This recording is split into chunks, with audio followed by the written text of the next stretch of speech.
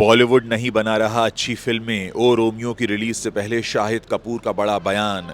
Border 2 बनी सबसे ज्यादा कमाई करने वाली इंडियन वॉर फिल्म। उरी और केसरी के भी छुड़ाए छक्के। पहले हम डरते थे, गोविंदा संग नीलम कोठारी का था अफेयर। सालों बाद नीलम ने बताई रिलेशनशिप की सच्चाई। खबरों में आगे बताएंगे आपको। ऑफर्स थे लेकिन मजबूर था। तड़प के बाद कॉन्ट्रैक्ट की वजह से 4 सालों तक अहान शेट्टी नहीं कर पाए कोई भी फिल्म। धुरंधर 2 के सेट से वीडियो हुआ लीक। संजय दत्त और अर्जुन रामपाल आए नजर। फैंस में मची खलबली और छोटे पर्दे से निकलकर बड़े पर्दे पर आने की तैयारी में है नागिन। जबरदस्त फैन फॉलोइंग को देखकर एकता कपूर ने लिया फैसला। नमस्कार दोस्तों, आप देखना शुरू कर चुके हैं Bollywood top headlines of the day. तो चलिए अब इन्हीं खबरों को आपके सामने विस्तार से रखते हैं। शाहिद कपूर का पूरा फोकस इन दिनों अपनी अपकमिंग फिल्म ओ रोमियो पर है। जल्द रिलीज होने जा रही इस फिल्म में शाहिद एक्शन अवतार में दिखने वाले हैं। ये एक मल्टी स्टारर फिल्म है और इसकी रिलीज से पहले शाहिद कपूर ने बॉलीवुड पर एक बड़ा बयान दे दिया है। उन्होंने बॉलीवुड को लेकर जो कहा उससे साफ जाहिर होता है कि वो हिंदी सिनेमा से खुश नहीं है।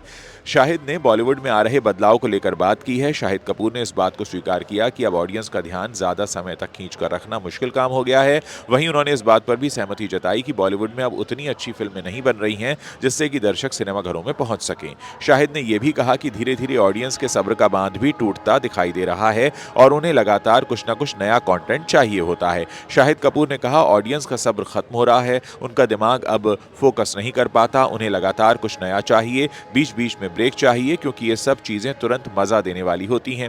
क्रिएटर्स भी खुद के साथ यही कर रहे हैं, इसीलिए जब वो बैठकर काम करने की कोशिश करते हैं तो उनकी क्रिएटिविटी कम हो जाती है। बात ये नहीं है कि दर्शक फिल्में देखना नहीं चाहते, असली बात असल में यह है कि हम उतनी अच्छी फिल्में बना ही नहीं रहे हैं जितनी की बनाई जानी चाहिए। तो ये दोनों तरफ से हो रहा है, दर्शक और क्रिएटर्स दोनों ही इसमें शामिल हैं। लोग समझते नहीं पर यह जिंदगी का एक कमाल है। एक कमरे में सैकड़ों लोग तालियां बजा रहे हैं, सीटी बजा रहे हैं, तुम्हें देखकर मान रहे हैं, तुम्हें खुद से ऊपर का दर्जा दे रहे हैं। ये बहुत खूबसूरत चीज़ है, इसीलिए कला इतनी खास होती है। लेकिन जब उनकी वो सच्चाई और मासूमियत टूटने लगती है और उसमें कुछ बनावटी नकली चीज़ें घुस आती हैं तो फिर वो पहले जैसा अच्छा नहीं लगता। बॉर्डर 2 अपनी रिलीज के साथ ही दर्शकों की फेवरेट बनी हुई है। इस फिल्म ने अब तक कई रिकॉर्ड्स अपने नाम कर लिए हैं। पहले वीकेंड में ही 200 करोड़ रुपए की कमाई करने वाली इस फिल्म ने अब एक और रिकॉर्ड अपने नाम कर लिया है। बॉर्डर 2 सबसे ज्यादा कमाई करने वाली पहली भारतीय वॉर फिल्म बन गई है। फिल्म को लेकर लोगों का क्रेज इतना है कि अब तक भी ये फिल्म लगातार कमाई किए जा रही है। बॉर्डर 2 की रिलीज को 9 दिन पूरे हो चुके हैं और इन 9 दिनों में ही फिल्म ने सैकनिल के मुताबिक इंडिया में 252 करोड़ 25 लाख रुपए का कुल कारोबार कर लिया है। फिल्म का कलेक्शन लगातार बढ़ता ही जा रहा है। तो वहीं वर्ल्ड वाइड इस फिल्म का कलेक्शन करीब 350 करोड़ रुपए हो चुका है। इसी के चलते फिल्म ने अपने 9 दिनों के कलेक्शन से ही उरी, द सर्जिकल स्ट्राइक और केसरी जैसी फिल्मों को पछाड़ दिया है। फिल्म की कमाई को देखें तो यह अब इंडियन वॉर फिल्म्स में सबसे ज्यादा कमाई करने वाली फिल्म बन चुकी है। इससे पहले साल 2019 में रिलीज हुई Vicky Kaushal starrer film Uri, the surgical strike ने वर्ल्ड वाइड करीब 342 करोड़ रुपए का कलेक्शन किया था। ये फिल्म भी क्रॉस बॉर्डर फाइटिंग फिल्म थी। इसी कड़ी में साल 2024 में रिलीज हुई ऋतिक रोशन और Deepika Padukone starrer film fighter ने 344 करोड़ रुपए का कारोबार किया था। वहीं अक्षय कुमार की केसरी ने 202 करोड़ रुपए का कारोबार किया था। गोविंदा इन दिनों अपनी पर्सनल लाइफ को लेकर सुर्खियां बटोर रहे हैं। एक तरफ उनकी वाइफ किसी लड़की के साथ उनका नाम जोड़ रही हैं, वहीं एक वक्त था जब नीलम कोठारी के साथ उनके अफेयर की खूब चर्चा हुई थी। अब नीलम कोठारी ने इस मुद्दे पर खुद रिएक्शन दिया है। नीलम ने इस तरह के सभी दावों को खारिज किया है। नीलम का कहना है कि गोविंदा और उनके बीच कुछ था ही नहीं। एक हालिया इंटरव्यू में नीलम कोठारी ने गोविंदा के साथ नाम जोड़ने वाले दावों को सिरे से खारिज कर दिया। उन्होंने कहा, गोविंदा जी बहुत अच्छे इंसान हैं, मगर ये जो सवाल है ये सच नहीं है। वो कमाल के इंसान हैं, हमने कई हिट फिल्में की हैं, लेकिन ये सच नहीं है, हमारे बीच कुछ था ही नहीं।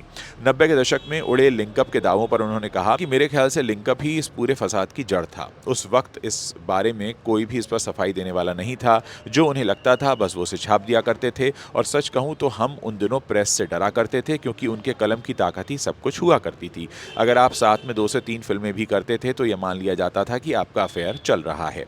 सुनील शेट्टी के बेटे अहान शेट्टी ने 2021 में फिल्म तड़प से बॉलीवुड में डेब्यू किया था। हालांकि उनकी असली पहचान और सफलता उन्हें अब जाकर 2026 में बॉर्डर 2 से मिली है। हाल ही में एक इंटरव्यू के दौरान अहान ने बताया कि तड़प के बाद वो किसी दूसरी फिल्म पर साइन नहीं कर पाए, क्योंकि उन्हें कॉन्ट्रैक्ट में बांध दिया गया था। अहान ने कहा कि तड़प ने 40 करोड़ रुपए कमाए, जबकि उस समय ज्यादातर फिल्में 10 करोड़ रुपए भी पार नहीं कर रही थी। लोग कहते थे कि फिल्म बॉक्स ऑफिस पर फेल हुई थी, लेकिन हमने तो प्रॉफिट कमाया। हालांकि फिल्म के साथ बहुत एक्सपेक्टेशंस भी आई। इसके बाद कुछ चीजें मुश्किल हो गई। उस समय मेरा सेल्फ कॉन्फिडेंस जो था वो बहुत कम था। मैं नाडियाड वाला ग्रैंडसन एंटरटेनमेंट के कॉन्ट्रैक्ट में बंधा हुआ था, इसीलिए 4 सालों तक दूसरी कोई फिल्म साइन नहीं कर पाया। मेरे पास कई ऑफर्स आए, लेकिन मेरे लिए कॉन्ट्रैक्ट को तोड़ना संभव नहीं था। इसके बाद अहान ने बताया कि बॉर्डर 2 में उन्हें यह मौका कैसे मिला। अहान ने कहा, जेपी दत्ता सर और निधि दीदी हमारे घर डिनर के लिए आए हुए थे। निधि दीदी ने मुझसे कहा कि बॉर्डर 2 का हिस्सा बनना आपको कैसा लगेगा। मैंने कहा, देखेंगे जब समय आएगा। इसके बाद वो हंसने लगी और बोली कि अहान, अब समय आ गया है। कुछ दिनों तक मैं संदेह में था, क्योंकि मैं विश्वास ही नहीं कर पा रहा था कि वो मुझे, यानी मेरे जैसे एक नए एक्टर को इतनी बड़ी फिल्म में लेना चाहते हैं। पिछले 4 सालों से मैं कुछ नहीं कर पाया था और अपने अंदर कुछ लड़ाइयाँ ही लड़ रहा था, इसीलिए इस फिल्म का हिस्सा बनना मेरे लिए बहुत मायने रखता है। पिछले साल रिलीज हुई फिल्म धुरंधर का क्रेज अब तक कम नहीं हुआ है। दुनिया भर में 1300 करोड़ रुपए से ज्यादा का कलेक्शन करने के बाद ये फिल्म ओटीटी पर भी आ गई है। फिल्म धुरंधर 30 जनवरी 2026 को नेटफ्लिक्स पर स्ट्रीम होना शुरू हुई। अब दर्शक इस फिल्म के सीक्वल का बड़ी ही बेसब्री से इंतजार कर रहे हैं। फिल्म धुरंधर 2 के रिलीज होने में अभी 6 हफ्ते बचे हुए हैं, लेकिन इसी बीच धुरंधर 2 के सेट से कुछ तस्वीरें और वीडियो सामने आ गए हैं, जिसमें एक्टर अर्जुन रामपाल और संजय दत्त नजर आ रहे हैं। लीक हुई तस्वीरों में दोनों एक्टर्स बालकनी में खड़े होकर आपस में बात करते दिख रहे हैं। लीक फोटोज में संजय दत्त अपने पुराने किरदार एसपी असलम चौधरी और अर्जुन मेजर इकबाल के रोल में दिखाई दे रहे हैं। इन वायरल तस्वीरों और वीडियो से फैंस में खलबली मच गई है और फिल्म में बड़े ट्विस्ट को लेकर अटकलें भी लग रही हैं। दरअसल फिल्म धुरंधर में कई बार बड़े साहब का नाम लिया गया था, लेकिन ये बड़े साहब हैं कौन, ये एक राज बना हुआ है। फिल्म के आखिर तक दर्शक बड़े साहब की एंट्री का इंतजार करते रहे, लेकिन उन्हें उनकी झलक दिखाई नहीं गई। मेकर्स ने सिर्फ ये संकेत दिया कि लियारी समेत पूरे पाकिस्तान की सियासत का कंट्रोल किसी बड़े साहब के हाथ में है, लेकिन अब फैंस ये कयास लगा रहे हैं कि धुरंधर 2 में जरूर इस किरदार से पर्दा उठ जाएगा। फैंस ये भी कयास लगा रहे हैं कि कहीं अर्जुन रामपाल ही तो बड़े साहब नहीं हैं। धुरंधर 2 की बात करें तो ये फिल्म 19 मार्च 2026 को सिनेमाघरों में दस्तक देने वाली है। टीवी के सबसे पॉपुलर सीरियल नागिन का 7वां सीजन चल रहा है। ये सीरियल साल 2015 से दर्शकों का टीवी पर एंटरटेनमेंट कर रहा है। इस सीरियल की ज़बरदस्त फैन फॉलोइंग भी है, जिसके चलते ये सीरियल टीआरपी में भी टॉप पर बना रहता है। अब खबरें ऐसी सामने आ रही हैं कि नागिन छोटे पर्दे से निकलकर बड़े पर्दे पर आने की तैयारी कर रही है, यानी कि एकता कपूर के इस शो के कॉन्सेप्ट पर बालाजी टेलीफिल्म्स अब एक फिल्म बनाने जा रहा है। रिपोर्ट्स की माने तो इस फिल्म को माइथोलॉजिकल और फैंटेसी अंदाज में बड़े पर्दे पर दिखाया जा सकता है। इंडस्ट्री से जुड़े एक सूत्र के मुताबिक बालाजी टेलीफिल्म्स नागिन को टीवी से आगे बढ़ाकर फिल्मों के रूप में पेश करने के बारे में बातचीत कर रहा है। नागिन ब्रांड की जबरदस्त फैन फॉलोइंग है और इसकी सिनेमैटिक स्केल को देखते हुए मेकर्स इसे बड़े पर्दे के हिसाब से नए अंदाज में ढालने पर विचार कर रहे हैं। हालांकि नागिन फिल्म का आइडिया अभी शुरुआती स्टेज पर है, लेकिन सबसे बड़ा सवाल यही होगा कि बड़े पर्दे पर नागिन का किरदार निभाएगा कौन। टीवी पर हमने मौनी रॉय, निया शर्मा, सुरभि चांदना, अनीता हसन अंदानी, तेजस्वी प्रकाश और अब प्रियंका चाहर चौधरी को नागिन के रूप में देखा है, लेकिन फिल्म में भी एकता टीवी से ही किसी एक नागिन को लेंगी या फिल्म इंडस्ट्री से किसी को कास्ट करने की तैयारी होगी, ये जानना दिलचस्प रहेगा। हालांकि अभी तक इसको लेकर कोई ऑफिशियल कंफर्मेशन सामने नहीं आया है।